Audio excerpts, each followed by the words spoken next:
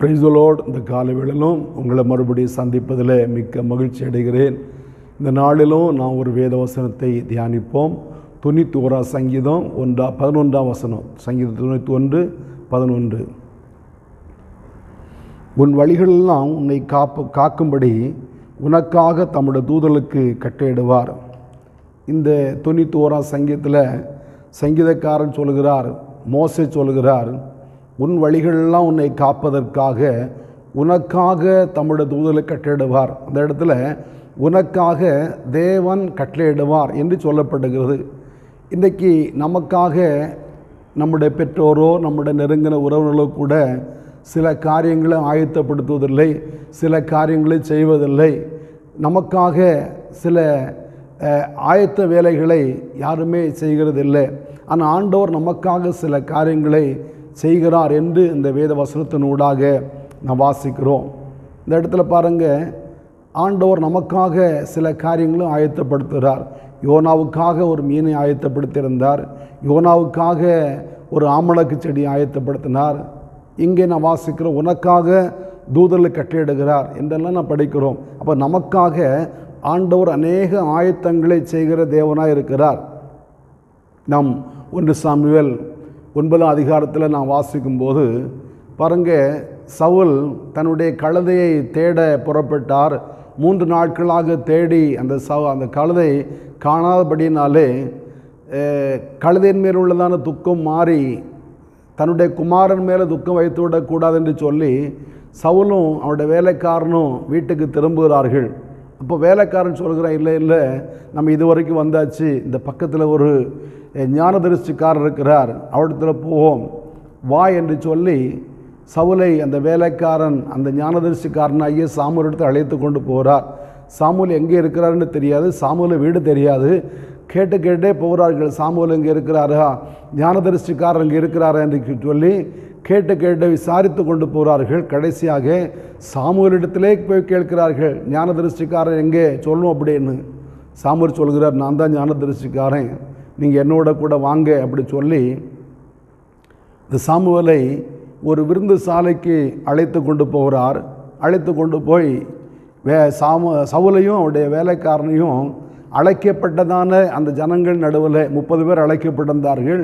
அவர்களுக்கு முதன்மையான இடத்துல சவுலையும் அவருடைய வேலைக்காரையும் அமர வைக்கிறார். அமர வைத்து விட்டு சமையல்காரனை பார்த்து சொல்கிறார், நான் உன்னிடத்தில் ஒரு பங்கை கொடுத்து வைத்திருந்தேனே, அதை கொண்டு வந்து இவனுக்கு முன்பதாக வை என்று சொல்லும்போது சமையல்காரன் ஒரு முன்னந்தோடையே அதோடு சேர்ந்ததையும் கொண்டு வந்து சவுலுக்கு முன்பதாக வைத்தான். சவுலுக்கு ஒன்றுமே புரியவில்லை. சாமுவேல் சொல்கிறாரு, இது உனக்காகவே வைக்கப்பட்டிருந்தது. இந்த விருந்துக்கு இந்த ஜனங்கள் அழைக்கப்பட்ட நேரம் முதல் இது உனக்காகவே ஆயத்தம் பண்ணப்பட்டிருந்தது. பாருங்கள், அந்த இடத்துல நாம் கொஞ்சம் கூர்ந்து பார்ப்போமானால் சவுல் வருவது சாமுவேலுக்கு தெரியாது. ஒருவேளை ஆண்டவர் முந்தின நாள் சொன்னார், நாளை நேரத்தில் பென்னியமின் கோத்திரத்தானாய் ஒருவனை அனுப்புகிறேன், அவனை ராஜாவாக அபிஷேகம் பண்ணு என்று ஆண்டவர் சொல்லியிருந்தார். ஆனால் இந்த விருந்துக்கு சவுல் வருவான் என்று சவுலுக்கு தெரியாது, சாமுவேலுக்கும் அந்த அந்த அந்த வருவார் என்பது தெரியுமா இல்லையா எனக்கு தெரியலை. ஆனால் இங்கே சவுலுக்கே தெரியாது அந்த விருந்துக்கு வருவது, சவுலுக்கே சாமுவேலை பார்க்க வருவது தெரியாது. ஆனால் சவுல் வருவோம் என்பதாக சாமுவேலுக்காக ஒரு முன்னந்தொடை ஆயத்தமாக்கப்பட்டிருந்தது. அவனுக்காக ஒரு விருந்து ஆயத்தம் பண்ணப்பட்டிருந்தது. அவன் பசியோடு வருகிறான், களைப்போடு வருகிறான், 3 நாட்களில் கழுதையை தேடிக்கொண்டு வருகிறான். அவனுக்காக அவனுடைய களைப்பு போவதற்காக அவன் ஒரு சாப்பாடு கொடுக்க வேண்டும் என்று சொல்லி சவுலுக்காக ஒரு விருந்து ஆயத்தமாக்கப்பட்டது. அந்த விருந்து சாலையில் முதன்மையான இடத்துல சவுலையும் வேலைக்காரனையும் சாமுவேல் அமர வைத்து அவளுக்கு நல்ல சாப்பாடு கொடுத்தார் என்று வேதத்தினூடாக நான் வாசிக்கிறோம். அப்படியானா அது சவுலுக்கே தெரியாது, சவுலுக்கு தெரியாமலே அவனுக்கு ஒரு விருந்து ஆயத்தம் பண்ணப்பட்டிருக்கிறது.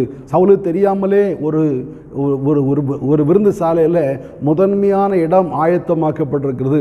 சவுலுக்கு தெரியாமலே ஒரு சமையல்காரன் சவுலுக்காக ஒரு முன்னந்தொடையை சமைத்து கொண்டிருக்கிறான். பாருங்க, சவுலுக்கு தெரியாமலே சவுலுக்காக ஒரு காளை அடிக்கப்பட்டிருக்கிறது, ஒரு விருந்து ஆயத்தம் பண்ணப்பட்டிருக்கிறது. பாருங்க, இப்போ ஆண்டவர் ஒருவரை நேசிப்பாரானா, ஒருவரிடத்தில் ஆண்டவர் அன்பு கூறுவாரானா, அவர்களுக்கு தேவையானதை ஆண்டவர் கொடுக்க வல்லவராய் காணப்படுகிறார். இந்த விருந்துக்காகவே 3 நாளைக்கு முன்ன ஒரு கழுதை காணாமற் போனது.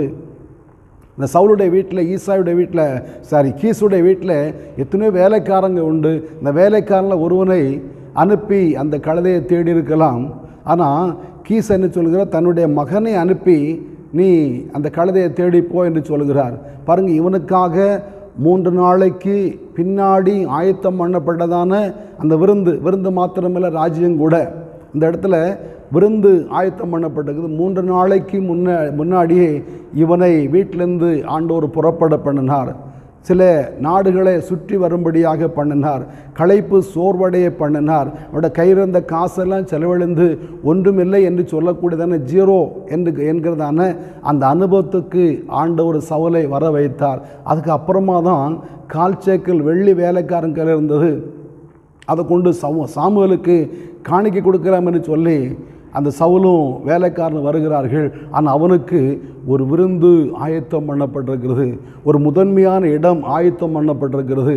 மாத்திரமல்ல, சாமுவேல் சொல்கிறாரு, நீ கழுதையை தேடி வந்திருக்கிறாய், ஆனால் எல்லா ஜனங்களுடைய கண்களும் யாரை தேடுகிறது? உன்னை அல்லவா தேடிக்கொண்டிருக்கிறது.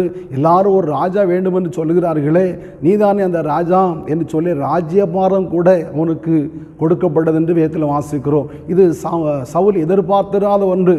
சவுல் சொல்கிறான், என்னுடைய இஸ்ரவேல் கோத்திரத்தில் என்னுடைய கோத்திரம் மிகவும் சிறிய கோத்திரம், என்னுடைய கோத்திரத்தில் என்னுடைய குடும்பம் சிறிய குடும்பம், என்னுடைய குடும்பத்தில் நான் எல்லாருக்கும் சிறியவன் என்று சொல்லி தன்னை தாழ்த்துகிறான். பிரியமானவர்களே, பாருங்க, இப்படி தாழ்மை உள்ளதான ஒரு மனிதனுக்கு ஆண்டவர் ஆயத்தம் பண்ணி இருக்கிறதான மேன்மையை நாம் எங்கே வாசிக்கிறோம்? தாழ்மை உள்ள கிருபை அளிக்கிற தேவன் இஸ்ரவேல் கோத்திரத்திலே முதல் ராஜாவாக இந்த சவுலை தேவன் அபிஷேகம் பண்ணுகிறார். இந்த இஸ்ரவேல் கோத்திரத்திலே இந்த சவுலுக்கு தான் பெரிய விருந்து வைத்து அந்த காரியங்கள் ஆயத்தம் பண்ணப்பட்டது. ஒருவேளை தாவீது கூட ஒரு விருந்து ஆயத்தப்படுத்தி அவனை ராஜாவாக அபிஷேகம் பண்ணார். ஆனால் இந்த சவுலுக்கு தெரியவில்லை. சவுலை முதன்மையான இடத்துல வைக்கப்பட்டது சவுலுக்கு தெரியவில்லை. ஆண்டவர் ஆயத்தம் பண்ணப்பட்டது.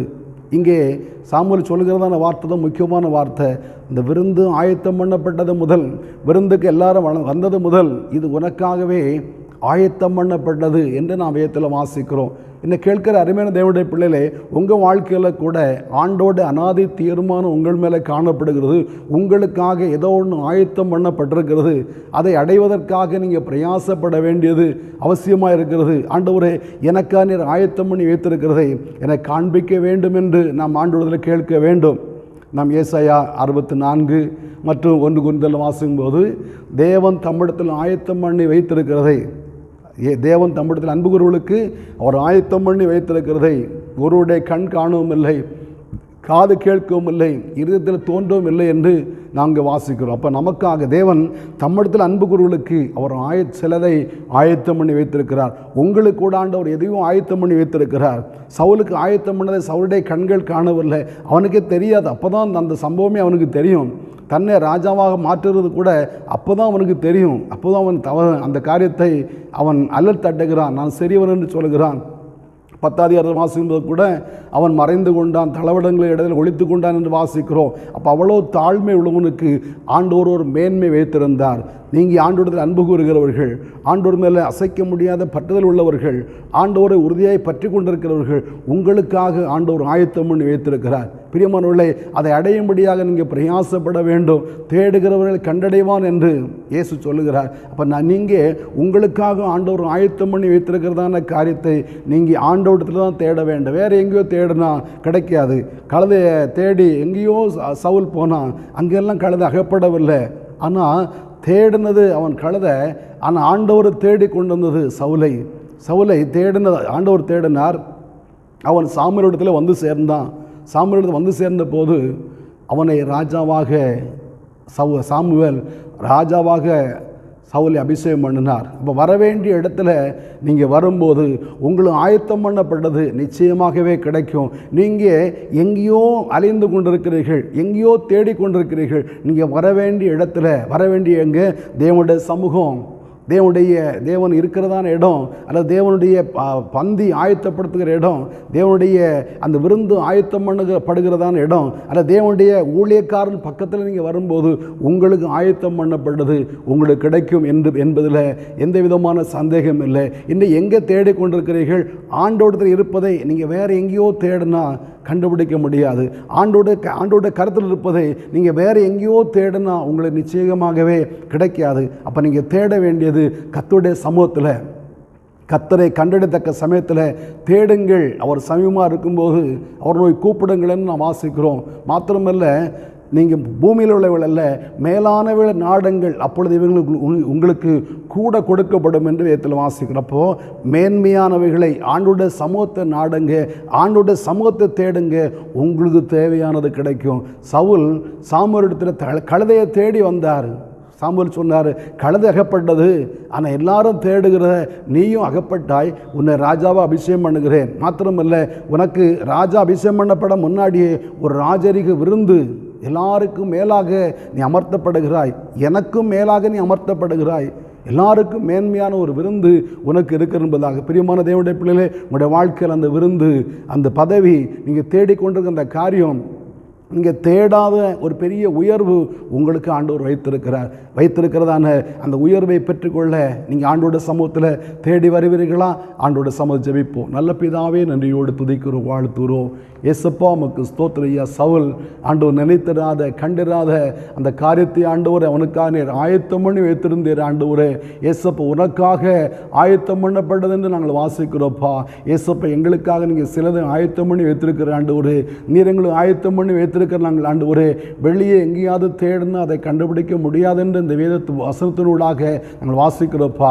எங்களுக்கு ஆயத்தம் பண்ணி வைத்திருக்கிற நாங்கள் உம்மிடத்திலே தேடி வந்து அதை பெற்றுக்கொள்ள எங்களுக்கு கிருபை தருவீராக. நாங்கள் ஆண்டவர் எங்களை நீர் வைத்திருக்கிற உயர்வு, நீர் எங்களை வைத்திருக்கிறதான விருந்து, நீர் எங்களை வைத்திருக்கிறதான ஆண்டவரை கத்த மேன்மையான காரியங்களை நாங்கள் ஆண்டவரை உம்மிடத்தில் வந்து கத்த பெற்றுக்கொள்ள கண்டுகொள்ள சோந்தரிக்க எங்களுக்கு கிருபை தரணும் ஜெபிக்கிறோம். இந்த வசனத்தை கேட்கிற எல்லாருடைய வாழ்க்கையில் அந்த அனுபவம் தந்து விடுங்க. அப்பாவோட நாமத்தை மையப்படுத்தி இயேசு மூலம் பிதாவே, ஆமேன் ஆமேன். ஆண்டவர் நம்மை ஆஸ்வதிப்பாராக.